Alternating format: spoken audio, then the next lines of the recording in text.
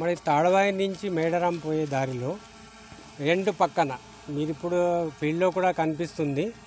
చాలా మటుకు దాదాపు ఒక 200 హెక్టేర్, దాదాపు 500 ఎకరాలు అటవీ గట్టిమైన అడవి పడిపోయింది. చాలా మటుకు దాదాపు 50,000 చెట్లు అప్రూట్ అయిపోయినాయి, గాలి వలన పడిపోయినాయి.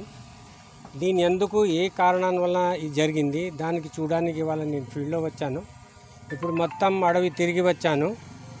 దాదాపు అన్ని రకాల చెట్లు కూడా ఇక్కడ పడిపోయి ఉన్నాయి.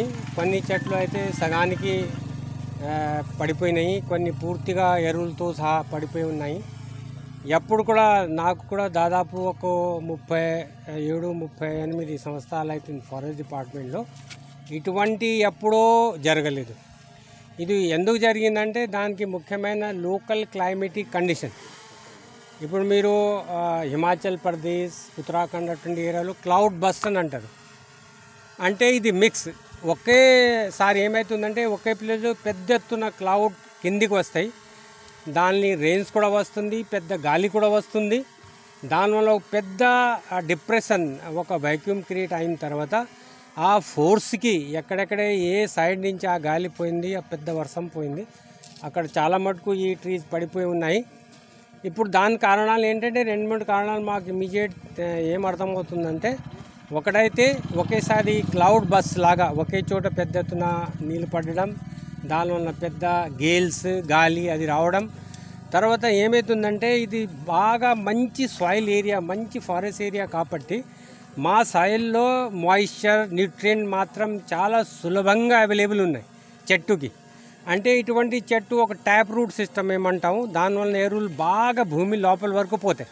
కానీ ఇక్కడ నేను చాలా మటుకు చెట్లు ఏం చూసామంటే ఎరువులు పైననే ఉన్నాయి, భూమి లెవెల్లోనే ఉన్నాయి, పెద్ద లోతు వరకు పోలేదు. ఎందుకు పోలేదంటే చెట్టుకి కావాల్సింది నీరు, కావాల్సింది మినరల్స్, కావాల్సింది ఇంకా వేరే రకరకాలు మాయిశ్చర్, తర్వాత హ్యూమస్ అంతా కూడా సబ్ సర్ఫేస్ సాయిల్ అంటే పైననే దొరుకుతుంది. కాబట్టి ఆ రూట్ హారిజంటల్ దూరం వరకు పోతున్నాయి, కానీ లోతు పోవట్లేదు. లోతు పోయింది ఎందుకంటే ట్యాప్ రూట్ సిస్టమ్ అంటే లోతు పోతే దానికి యాంకరింగ్ బాగుంటుంది, చెట్టు కూడా నిలబడే అవకాశం ఉంటుంది. చిన్న చిన్న ఇటువంటి గాలి వస్తే దానికి దీనికి ఫేస్ చేయడానికి సిద్ధంగా ఉంటుంది. కానీ ఇక్కడ ఏమవుతుందంటే మంచి సాయిల్, మంచి మాయిశ్చర్, మంచి హ్యూమస్ వల్ల root system, horizontal root system develop అయింది. దానివల్ల పెద్ద గాలికి వాళ్ళు నిలబెట్టుకోకుండా పడిపోయినాయి, చాలా రూట్ కూడా అప్రూట్ అయింది.